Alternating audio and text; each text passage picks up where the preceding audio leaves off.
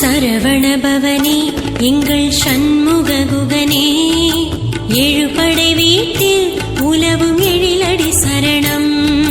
ஆரிருவிழியார் அருள் கூறிடும் நிதியே, திருப்புகழ் பாட்டில் உலவும் திருவடி சரணம். ஹர ஹரோஹரா முருகா